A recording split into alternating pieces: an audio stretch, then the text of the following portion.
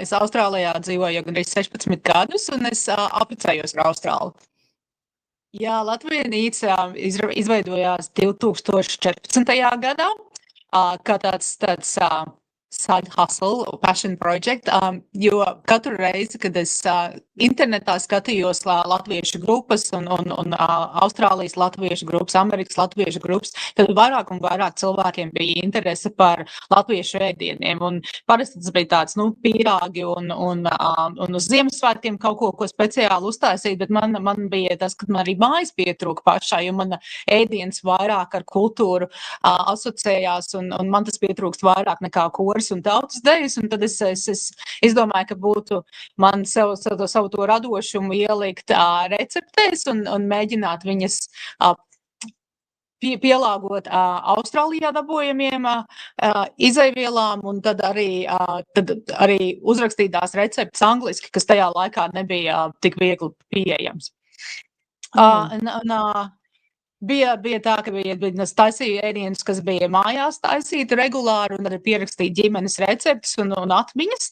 Un tad arī radās interese gatavot no manas vecmammas 100 gadus vecas pavārgrāmatas, un tad skatīties, kādās receptes ir mainījušās laiku gaitā, un ko ēda pirms 100 gadiem, un ko tagad latvieši ēd. Mums vienībā zupas bija vārītas visu laiku, jo man viņas tā skatās tā kā gada gājumā. Pavasarī pirmā zupa, kas bija, tā bija natru zupa vienmēr, un tā bija, es atceros, kad mums bija tāds liels īpašums, un tur bija natris sāka augt pavasaros aiz siltumnīcas, un tad tas bija vienīgais laiks, kad mēs tur gājām, lai tās natris dabūtu, un tad zupu vārīt. Tad nāca pirmās saknes, un tad piena sakņu zupa bija gatava. Tad bija klimpu zupa, rīsu zupa ar rozīnēm, un tad rudeņos jau gaļas zupas ar kāpostiem un kartupeļiem, tādas kreftīgākas, un tad uz ziemā vienmēr bija skābu kāpostu zupa vārīta.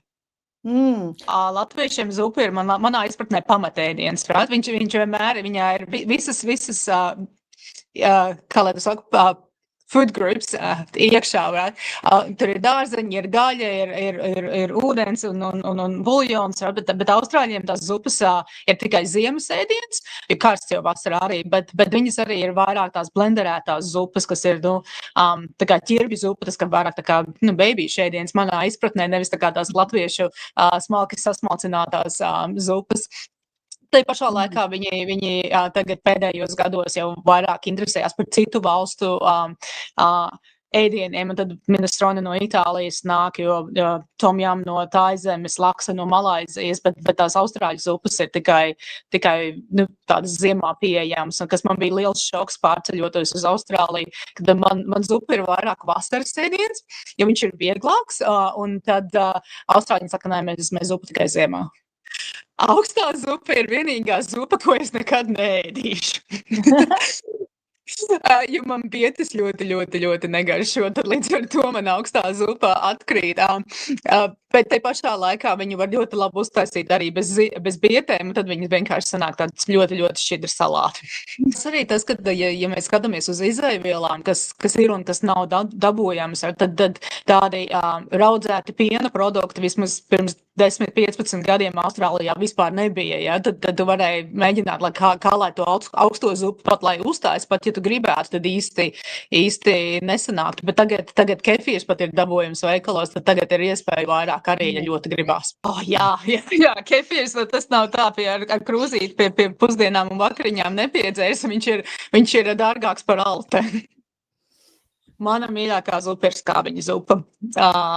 Tā man ļoti garšo ar vārītām olām iekšā un ar žāvētām ribiņām pamatā arī. Tad tā man mīļākā zupa ir. Bet tai pašā laikā man liekas, ka tas varētu būt diezgan kontroversāls viedoklis. Arī man ļoti garšo piena sakņu zupa.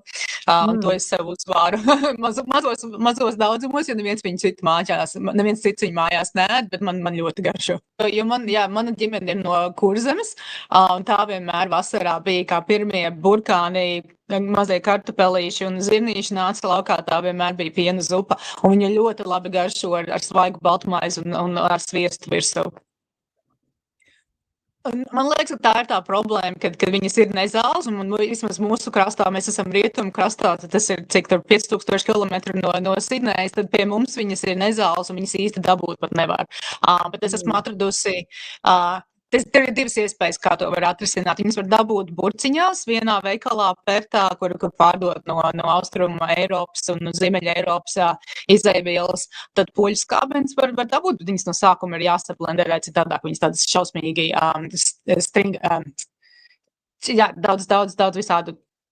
Kā tas sauc latviski? Stiegrainas, jeb stiegri, ne? Kaut kādas stiegrainas, stiegrainas viņas ir, un viņas tad citādāk, tad no tās zupas viņas ir jālasa ārā. Vai arī tad otrs variants ir lietot spinātus ar citronu sulu, kas sanāk, ka drīz tāpat garšo kā skābens.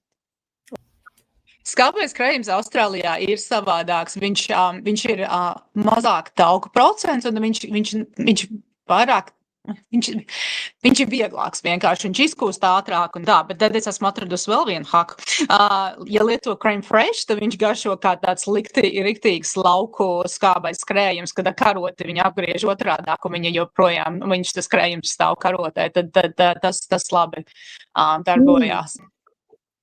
Es suļānku atzīstu kā latviešu zupu, bet es viņu pa pikanto zupu saucu, un suļānka ir īstenībā mana bērnu mīļākā zupa arī. Viņa tiek regulāri vārīta, viņa tiek regulāri noēsta, un tagad ir pat tā, kad maniem pusauču bērniem, viņiem draugi nāk ciemos vairākas reizes gadā, kad mēs vāram vairākus lielus katlus ar saļanku, un tad viņi viņus izēd burtiski sekundžu laikā. Tad, jā, saļanka ir ļoti aktuāla mūsu mājās. Soļānkā liek marinētos gurķus, un tie mums ir manējās meitas, viņām ļoti garšo marinētie gurķi, un mūsu mājā, kad mēs vāram frikadeļu zupu, kad viņu pasniedzam, neliek vien tikai skābo krējumu, mēs liekam arī smalki sasmalcinātus marinētos gurķus klāt arī. Viņiem garšo tikai viņi izlases kārtībā, ēd zupas, es viņiem prasīju, kas viņiem mīļākā zupas, tad soļanka noteikti ir, tad ir skābeņu zupa, un tad ir frikadeļu zupa, ko tad frikadeļu zupa mums gan ir pārkristīta par krokodīļu zupu. Kāpēc? Man liekas, ka viņi nevar izrunāt īsti frikadeles, un tad ir vienkārši krokodāls, frikadeles. Ar marinātiem gurķīšiem beigās, jo man vecmama to zupu ar marinātiem gurķīšiem vienmēr pasniedz, un tad tas man arī ir tā tagad iegājies.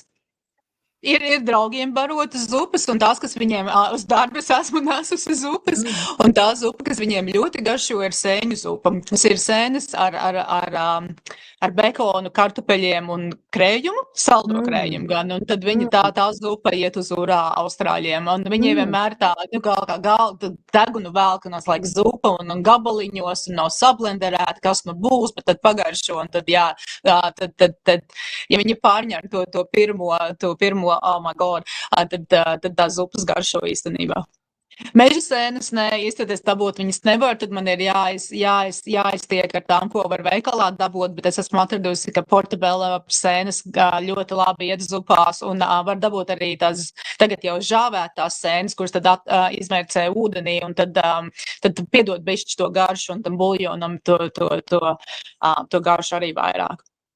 Man liekas, ka zupas, kāpēc es domāju, kāpēc man zupas tik ļoti interesē, tāpēc, ka man tas liekas teicis, kas kā pamatēdiens. Un man liekas, ka vēsturiski latviešiem tas zupas katls vienmēr ir bijis, sākās ar putrām un tad zupas, un tad tās izēvielas tām zupām mainās gada gājumā. Sāk ar nātrēm, tad nāk jaunie dārzeņi, un tad jau aiziet uz kāpostiem un skābētiem kāpostiem, un tad lieto to, kas ir tajā gada laikā pieejams. Un man viņas vienmēr likušās, ka viņas ir tik ļoti daudzveidīgas, viegli pagatavojamas un reizēm ļoti derīgas, lai iztīrītu ledusskapi. Un tajā pašā laikā arī liekas arī kalorijām vieglākas, vismaz izliekās tā, bet man liekas, ka tad, kad to skābo krējumu ielādē iekšā, tad jau redzēs, kas būs. Ir atkarīgs, cik es esmu sagatavojusies. Parasti ir tā, ka, teiksim, tas, kas ir vistas zupa, tā iet diezgan regulāri, jo tad, kad mēs vistu izšmorējam, tad visus kaulus savāc, un tad vāra buljonu, un tad buljonu ieliek saldētavā, un tad, kad gribās zupu, tad izvāk to maisiņu ar buljonu, pieliek kartupeļus, burkānus un mazos makaroniņus, un tad zupa sanāk ļoti ātri. Jā. Un tad bet tai pašā laikā, ja gribās, pieņemsim, frikadeļu zupu, kad es vāru, es parasti sāku ar dārzeņiem, tad es pielieku, man saldētavā vienmēr stāv atgriezumi no pētersīļiem un dillēm, tie kāti, un tie baigi labi garšu piedod zupai, un tad skatās, vai gribās viņu kreftīgāku vai nē, un tad, ja gribās, tad pieliek arī buljonu kubiņu klāt. Man liekas, ka viņi nav īsti zupa cilvēki, jo man liekas, ka Austrālijā tā attieksme ne tikai Austrāļiem, bet Latvijas Austrāļiem arī ir, kad ir karsts laukā, un kad laukā ir karsts, mēs zupas neēdam. Tad līdz ar to salāti vairāk sanāks viesmaizes, vai arī ļoti, ļoti vieglas vakariņas, kas ir vairāk, tomāts ar skābo krējumu, tādā stilā. Man atkal savukārt liekas, ka zupa ir baigi labais ēdiens, ko vasarā ēst, tad līdz ar to, tā kā karstu tēju dzert vasarā, viņš tev izbalansē visus sviedrus un visu pārējo, un tad man nekāda problēma no 40 grādu karstumā zupiejas. Latvienītes pirms pāris gadiem es arī uztaisīju self-published grāmatiņu, kur ir visas zupu receptes, pāris putru receptes un sautējumu receptes arī, un man likās, ka zupas ir tas labākais, kā lai saka, ievads latviešu kultūrā un latviešu tādā vairāk tradicionālā ēdienos, kas nav tik plaši izplatīts kā Austrālijā, tad varbūt viņš vairāk neparastāks ir, bet tai pašā laikā ļoti viegli izmēģināt, vai garšo vai negaršo. Un tad to var redzēt mājaslapā? Mājaslapā var redzēt arī ir zupu recepts tur un būs vairāk zupu recepts arī.